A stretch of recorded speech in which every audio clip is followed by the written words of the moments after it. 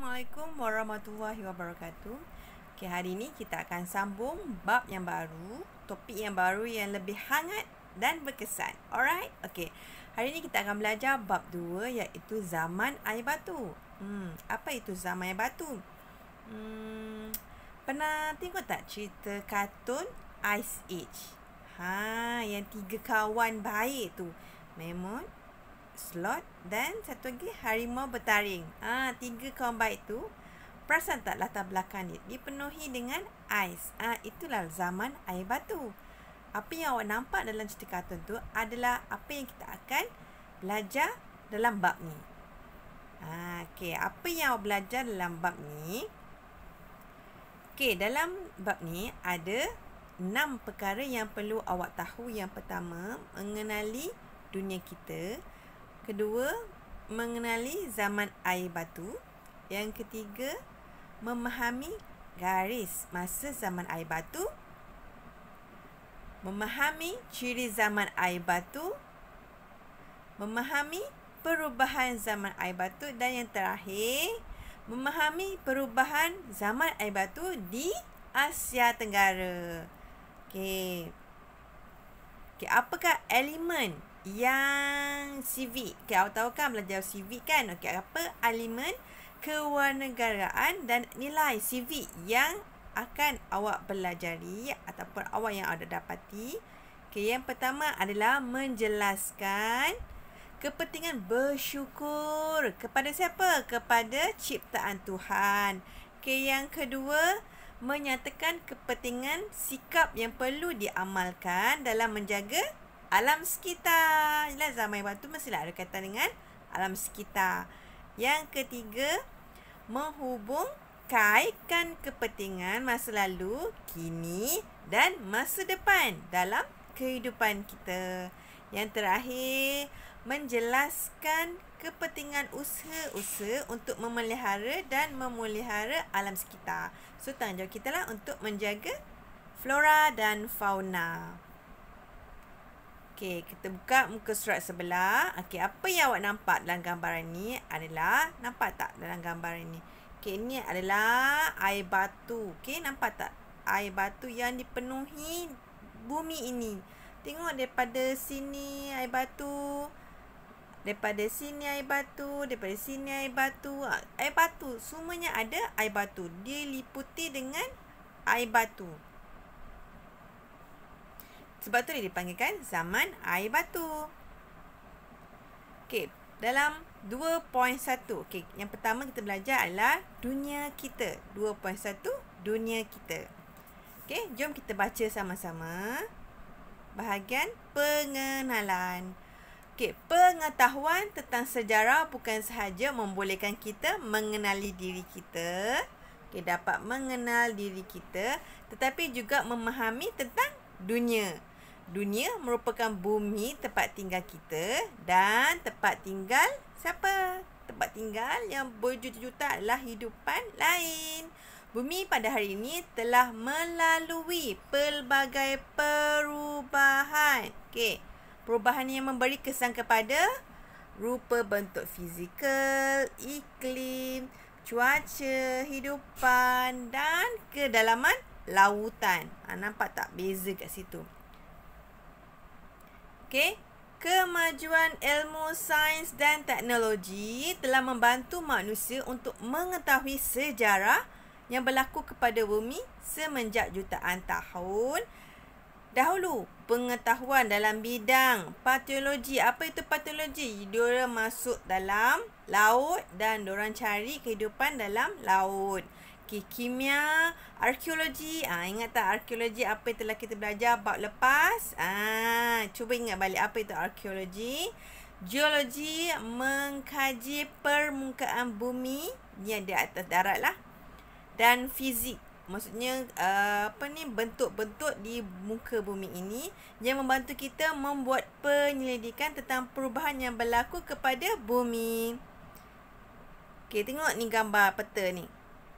Okey, peta menunjukkan bumi diliputi salji di bahagian kutub utara dan selatan sekitar bila? 17,000 tahun dahulu. Lama sangat. Okey. Kalau perasan ini, ada lagi tak dalam sekarang?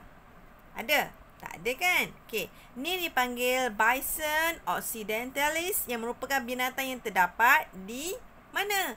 Amerika Utara, dekat Amerika. Pada zaman air batu. Sekarang dah tak wujud lagi. Sekejap, saya naikkan sikit video ni. Alright. Okey, kita tengok seterusnya. Ahli sains menjangkakan bahawa usia bumi melebihi 4.6 bilion. Okey, 4.6 bilion adalah juta, 4.6 juta. Dia adalah ratus juta. Betul lah panggil bilion. Bila bilion dia adalah ratus juta. Tengok tak? Ratus juta. 460 juta. Terlampau lama. Jadi terlampau tua dah bumi kita ni. Bumi telah mengalami perubahan dari segi iklim dan fizikal semenjak bumi mula terbentuk. Okey, inilah ni, nampak tak Ice Age ni? Inilah kawan baik dia, 3 orang ni. Sekejap ni 3 baik ni. Harimau bertaring panjang kan? Ingat tak dalam cerita Ice Age? Okey, nampak ni kawan baik dia ni. Mammoth. Okay, mammoth pun tak ada lagi dalam ni. Dalam dunia kita. Dan kawan ketiga adalah sloth. Ini adalah antara binatang yang hidup pada jutaan tahun lalu. Maksudnya awak tengok dalam Ice Age tu merupakan hidupan pada zaman dulu. Sekarang dah tak ada dah. Kita tengok perubahan fizikal bumi. Okay, tengok nombor 1. Kita tengok ni. Bumi 650 juta tahun dahulu. Tiada hidupan. Nampak ni? Tak ada hidupan. Okay, nampak ni? Tak ada. Tiada. Kejap salah. Tiada. Nampak ni? Nampak tu? Tak ada. Kenapa tak ada? Tengok yang hijau tu sikit kan, maksudnya tiada. Okey, nombor 2. Kita tengok pula nombor 2. Okey, bumi 390 juta dahulu. Air laut masih tawar. Wujud hidupan seperti ikan dan amfibia. Amfibia tu apa? Hidupan dalam air. So tak ada lagi binatang di atas darat. Okey, kita tengok nombor 3 pula. Bumi pada 195 juta. Zaman Jurassic. Ingat tak cerita Jurassic World? Kan? Jurassic Park. Ingat cerita tu? Jurassic World lah yang terbaru ni kan? Jurassic World. Banyak dinosaur, T-Rex kan? Semua tu zaman-zaman itulah. Dan hidupan utamanya lah dinosaur. Masa tu lah. Ingat tak cerita Jurassic World? Binatang-binatang yang awak nampak dalam Jurassic World tu hidup pada masa ini. 190 juta. Kemudian bumi pada 94 juta. Dinosaur mengalami kepupusan. Dinosaur mula mati dan rupa bentuk benua mula kelihatan. Kan, yang kelima, bumi 18,000 tahun dahulu kebanyakan binatang telah wujud.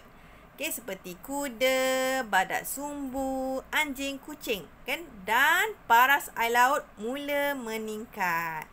Okay, maksudnya kucing apa semua telah hidup lama dah. Bila? Pada 18,000 tahun yang dahulu. Dan bumi pada hari ini. Kan nampak perbezaan dari dulu hingga sekarang. Okey, kita baca sama-sama. Iklim telah mempengaruhi perubahan bentuk fizikal bumi menjadi daratan dan lautan. Tengok iklim. Apa itu iklim? Iklim ialah cuaca. Cuaca yang telah membentukkan fizikal daripada zaman air batu dicair dan telah membentuk daratan dan lautan. Daratan apa? Seperti apa? Gunung, banjaran, bukit, tanah pamah, lembah, sungai. Banyak sangat dekat situ. Lautan apa? Lautan ialah laut, selat. Kejap.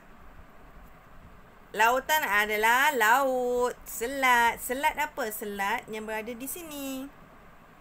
Berada di hujung ni. Yang tajam ni. Situlah. Kalau teluk. Teluk yang kat celah-celah ni. Ni celah ni kan. Antara dua-dua tu kan ada lekuk kan. Tu dia panggil teluk. Okey, sambung. Lautan merupakan kawasan air masin yang meliputi 71% bentuk muka bumi. Terdapat berapa? 5 lautan dunia, iaitu Lautan Pasifik. Okey, mana Lautan Pasifik? Lautan Pasifik, Lautan Atlantik, Lautan Hindi, Lautan Selat dan Lautan Arctic. Okey, ingat tak yang berlaku kapal terbang terhempas dalam Lautan Hindi? Ingat tak? Bila? 4 tahun. 3 tahun, 4 tahun. Saya rasa 4 tahun. 4 tahun yang dulu. Yang ada kecoh. Satu kapal terbang hilang dan telah dijumpai di mana Lautan Hindi. Di mana Lautan Hindi? Di sinilah. Nampak tak? Kat situ. Sebenarnya jatuh kat situ. Apa khabar dia? Wallahu a'lam, hanya Allah je yang tahu. Okey. Selat pula merupakan kawasan perairan sempit yang memisahkan dua kawasan daratan. Manakala teluk merupakan bahagian perairan laut yang menghala ke daratan dan kawasannya dibatasi oleh daratan. Ahli-ahli sains telah membahagikan kawasan daratan kepada beberapa benua. Okey, kita tengok surat sebelah. Zaman air batu. Okey, zaman air batu kita akan sambung pada next class. Okey, itu saja. Assalamualaikum warahmatullahi wabarakatuh.